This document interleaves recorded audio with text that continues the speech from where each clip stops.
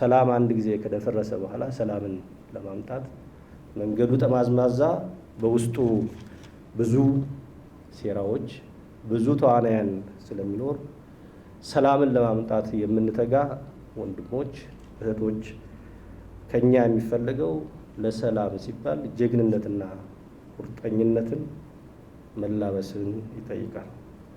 ሰላም ትዕግስትን ይፈልጋል።